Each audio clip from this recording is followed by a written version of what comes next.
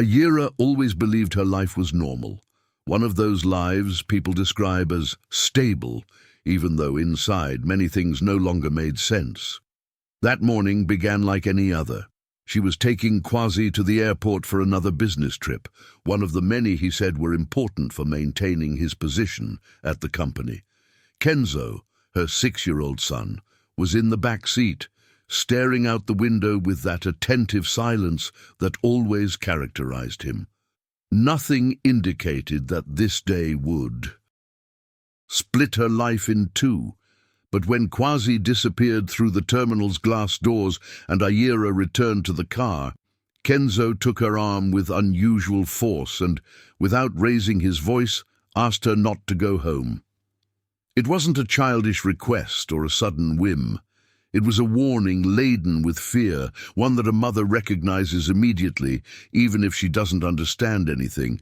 Ayira wasn't one to imagine tragedies, but there was something about the way Kenzo kept his eyes fixed on her, as if he were waiting for something to explode if they didn't act fast. He recounted, trembling, how he'd overheard his father talking to 2 unknown men the night before, saying that everything had to come out today. Those words lingered in Ayira's mind, mingled with memories she'd normalized for years. Calls Kwasi had secretly answered, sudden trips that didn't align with his official schedule, hours he'd vanished without explanation. For the first time, she didn't dismiss her son's intuition. Behind the wheel, heart pounding, she made the decision that would change everything, not to go straight back to the house in Buckhead. She parked on a nearby street, Kenzo hugging her knees in the back seat, and watched from a distance, trying to convince herself she was overreacting, until an unfamiliar car pulled up in front of her door, and 2 men got out as if they already knew exactly what they were there for. From the car, Ayira watched the men open the gate without hesitation, as if they'd been there before. One of them wore gloves despite the heat, and the other took something from his pocket that she only understood later, a key. The front door opened without resistance, as if the house had been waiting for them. In that instant, everything Kenzo had said stopped seeming like a child's misunderstanding. Ayira felt a chill that had nothing to do with the weather, and she barely managed to tell her son to get out of the car seat and hide on the floorboards. A few seconds passed that seemed endless, and then an orange glow appeared inside the house. The fire started small, almost timid, but it spread quickly with a clear intention that left no room for doubt. This was no accident. Smoke began to billow from the windows, and Ayira could only think of one thing. If they had been inside, they would have died in their sleep. It was exactly what the men had planned. Her heart pounding in her chest, she grabbed her phone, unsure whether to call the police, run away, cry, or do all of the above. But before she could gather her thoughts, a notification arrived. It was a message from Kwasi. He said he had just landed and hoped she and Kenzo were already home and sleeping well. That sentence was the final piece that made everything fall into place. Kwasi hadn't just allowed it, he had orchestrated it all. That message, sent with the calm confidence of someone certain of their alibi, made it clear that her absence was part of the plan to fake a domestic accident. Ayira, her hands trembling, started the car without knowing exactly where to go. The only thing that was clear was that she couldn't stay anywhere near it for another minute. Kenzo was still in the back seat, his eyes wide, trying to process that his warning had been real. The house was still burning in the distance, illuminating the street as if they were witnessing the end of an entire life. Ayira had the physical sensation of something breaking inside her, but she didn't have time to stop and feel anything. As she drove along the avenues of Buckhead, she looked for a safe place to park, to breathe, and to think. She couldn't call anyone close to her, because she understood now that anyone Kwasi knew could be involved or being watched. She was alone with her son, relying almost entirely on instinct and the fear that drove her to keep moving. Stopped in an empty parking lot, Aira tried to recall anything that might offer her some advantage, and then an object she had kept for years without. Giving it much thought surfaced, a card her father had given her before he died, bearing the words, "If you ever really need help, call this person." At the time, she hadn't understood why he had insisted so much, but now the memory resurfaced as if it had been waiting to be triggered. The card bore the name of a lawyer, Zunara Okafor, known for her directness and experience in complex cases. Aira took the card from her wallet, stared at it for a long second, took a deep breath, and dialed the number. She didn't know what she was going to say. She didn't have a prepared story, but she did have one certainty. If there was anyone who could guide her, it was this woman her father had chosen even before she could imagine her life could crumble. Zunara answered with a steady voice, as if she were used to receiving calls from people on the verge of collapse. Aira spoke rapidly, trying to explain what had happened. Kenzo's warning, the men breaking into her house, the fire, Kwasi's message. She didn't expect the lawyer to believe every word, but Zunara didn't hesitate for a second. She asked for the location, told her not to move, and to wait.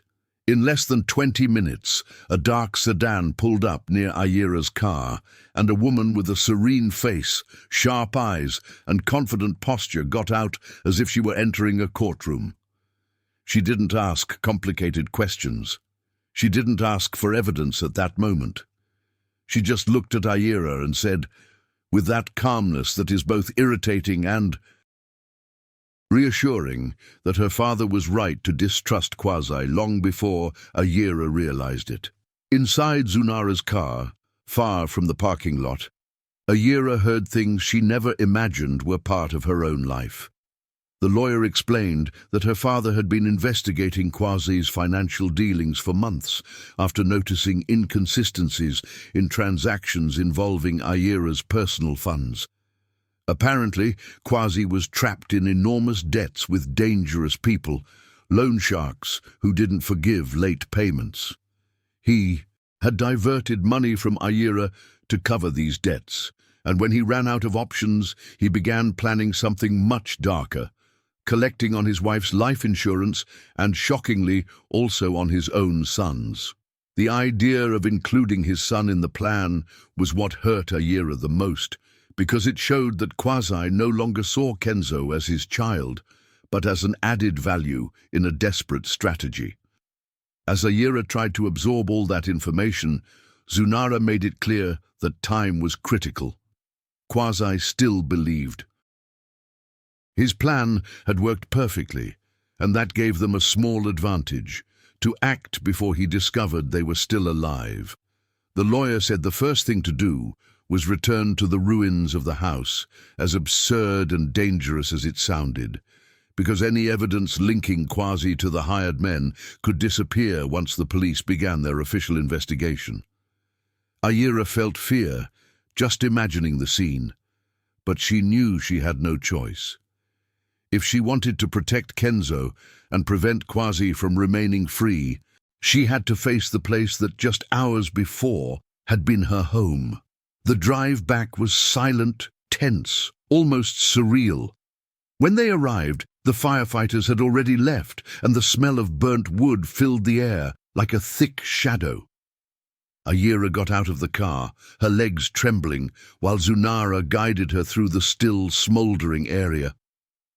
Inside what remained of the main room, they found a blackened metal box, but intact inside.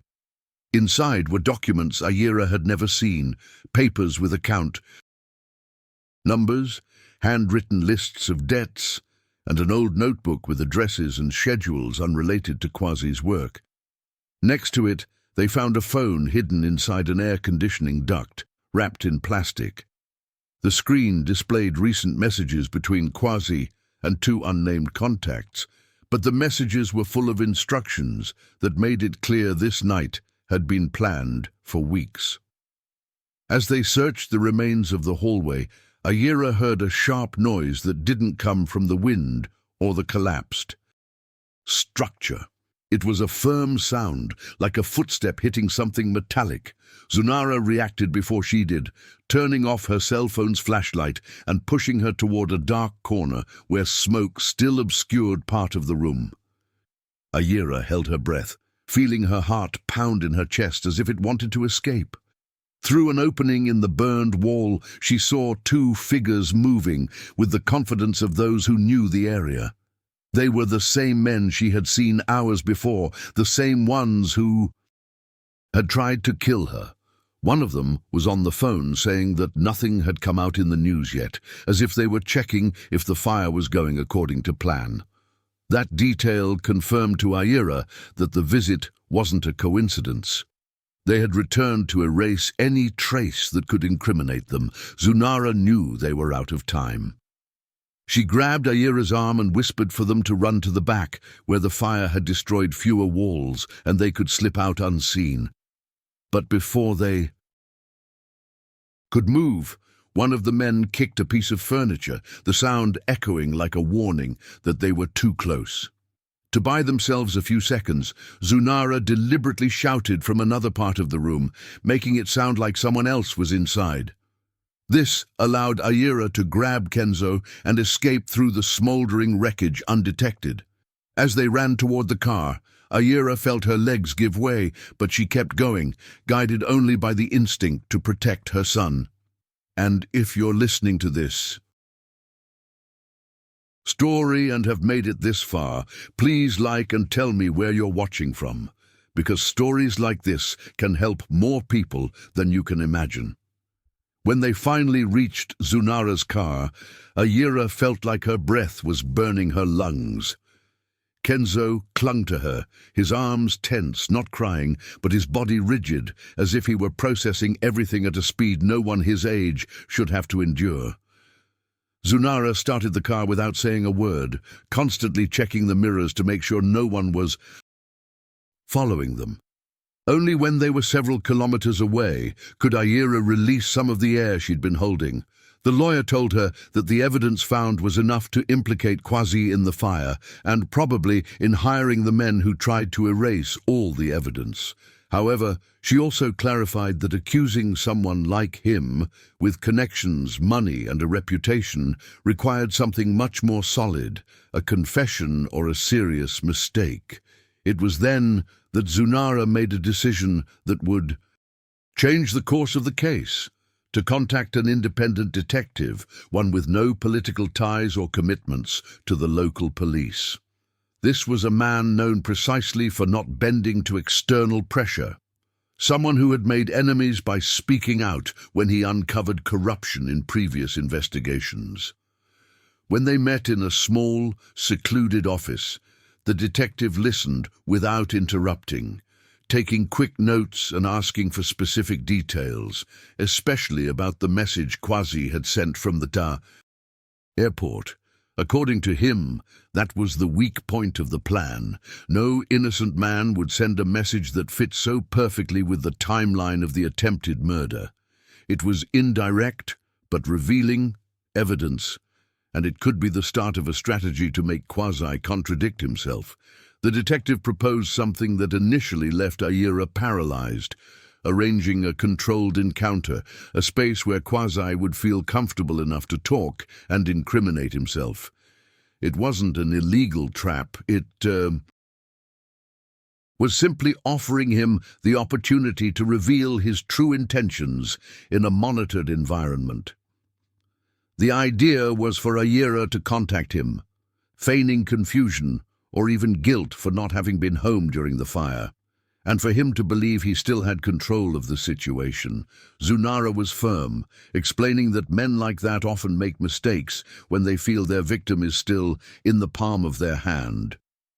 Ayira, though terrified, agreed. She knew she wasn't just facing an attempted murder, but years of emotional manipulation that had conditioned her to doubt herself. The chosen location was a public park, one large enough to allow undercover officers to operate discreetly. Ayira had spent the entire previous night without sleep, rehearsing every word she should say, every gesture she should avoid, trying to control the trembling that arose at the mere thought of Kwasi's reaction to seeing her alive. Kenzo was left in the detective's care, in a safe place, far from any possibility of contact. Upon arriving at the park, Ayira felt her legs grow heavy, as if she were walking in a dream.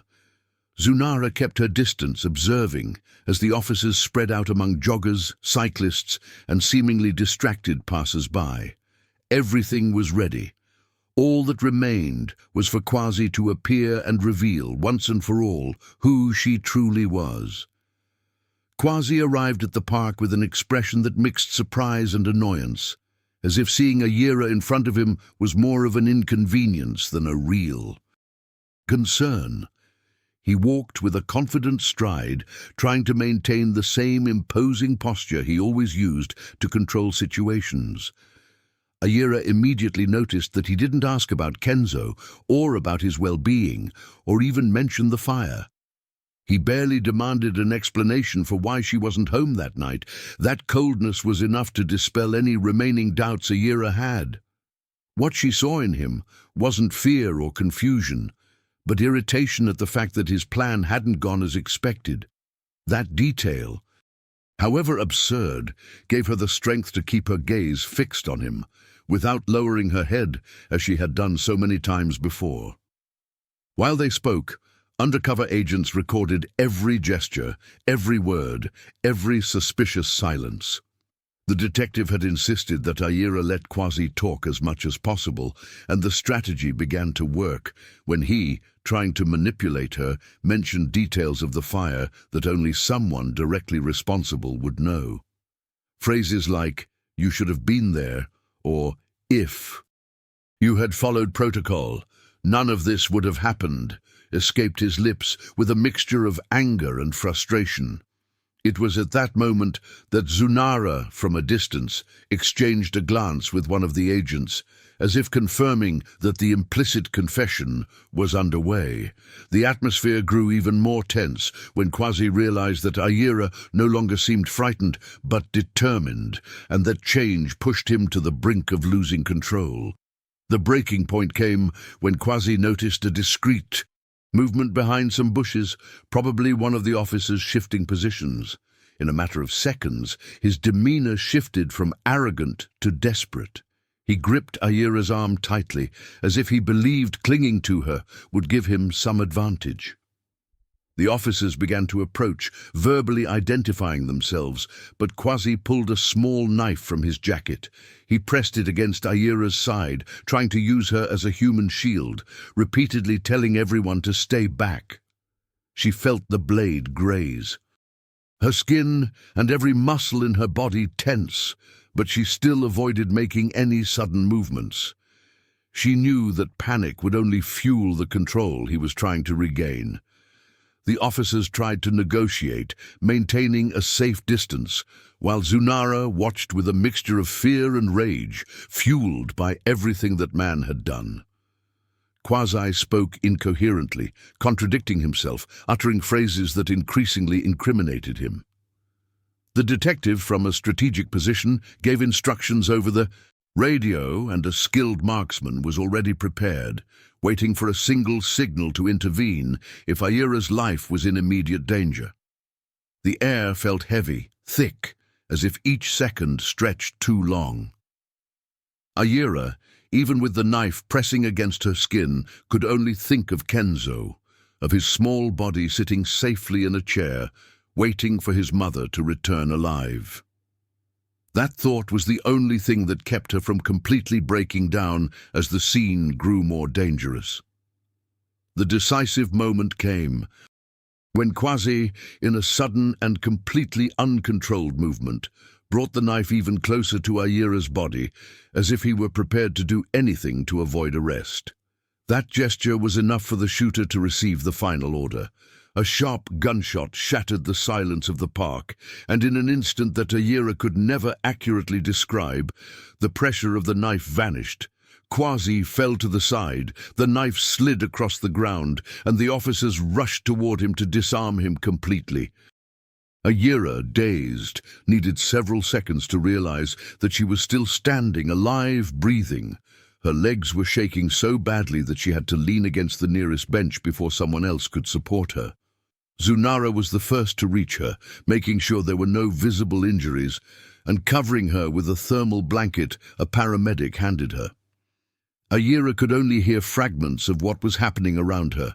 Police officers communicating codes over the radio, the detective confirming that Kenzo was okay, paramedics checking the scene. Everything seemed distant, as if she were watching her own life from the outside. When she was finally able to speak, all she asked for was to see her son. The detective took her to him, and as soon as Kenzo saw her, he ran to hug her with a force that made Ayira burst into tears for the first time since it had all begun. It was a quiet, exhausted cry, the kind that comes when the body can no longer bear the strain. The following days were a mix of statements, legal proceedings, and long silences, during which Ayira could barely process what she had survived. Quasi was taken to the hospital under police custody, and once he was stable, he was formally arrested. The charges included attempted murder, arson, conspiracy, and insurance fraud, among other crimes that came to light with the evidence recovered from the house. For Ayira, each update on the case was an uncomfortable reminder that she had shared years of her life with someone capable of plotting the murder of his own family. Although the fear didn't disappear immediately, a sense of relief began to take hold, as if she could finally breathe without feeling an invisible hand squeezing her chest. During that same period, Kenzo began therapy with a child trauma specialist recommended by Zunara. The psychologist, accustomed to working with children who had been exposed to extreme situations, explained that the speed with which he had understood the danger was no coincidence. Quiet children like Kenzo often notice things that adults ignore. Ayira attended the sessions whenever she could, observing how he spoke few words, but revealed so much through his drawings and the way he moved around the room. She also received guidance on how to gradually rebuild their routine, without hiding the truth, but without burdening the child with details he didn't need to carry so early on. It was a slow process, but for the first time in weeks, Ayira felt that the future was taking shape again. 5 years have passed since that night that changed the course of their lives. Ayira, who once believed that stability came from maintaining peace at any cost, now had a different kind of tranquility, the kind built on truth, boundaries, and personal decisions. Driven by the need to understand the system that had almost left her unprotected, she studied law and ended up working for an organization that helps women who are victims of domestic violence. Her story, though painful, became a tool to guide others. Kenzo, older and emotionally stronger, was still in therapy, but he could now talk about what happened without feeling like his world was crumbling again. The burned-down house was behind him, along with everything it represented. Ayira never romanticized her experience, nor tried to transform it into a heroic narrative. She always said she survived because she listened to her son in time, and because for the first time she decided to trust her own intuition. Today, in the forums where she shares her story to help others, she does so with the serenity of someone who no longer feels threatened. And if this story is moving you, tell me in the comments what you're feeling, and share this account with someone who needs a sign not to give up, because you never know who it might reach just in time. Although life returned to a calmer pace, the scars of what she had endured remained part of her story, not as an open wound, but as a memory reminding her how far she had come. Ayira learned to recognize signs she had previously ignored and to maintain boundaries she had never allowed herself to set. People who knew her before all of this often said she was stronger now, But Aira knew that strength hadn't appeared out of nowhere. It had simply stopped fading away to fit into a marriage that was slowly consuming her. Today, watching Kenzo leave school with his backpack slung over his shoulder and a peaceful smile on his face, she understood that this was true stability, living without fear of the one who was supposed to love you. Over time, Aira accepted that she would never have all the answers about exactly when Kwasi decided to cross that dark line, but she understood that this uncertainty was no longer her burden. What mattered was that she and her son were alive, building a new life from scratch, not perfect, but their own. On the days when the memory still pressed a little harder, Aira would take a deep breath, look at Kenzo, and remember that they had made it because a 6-year-old boy had the courage to speak the truth, and a mother chose to listen.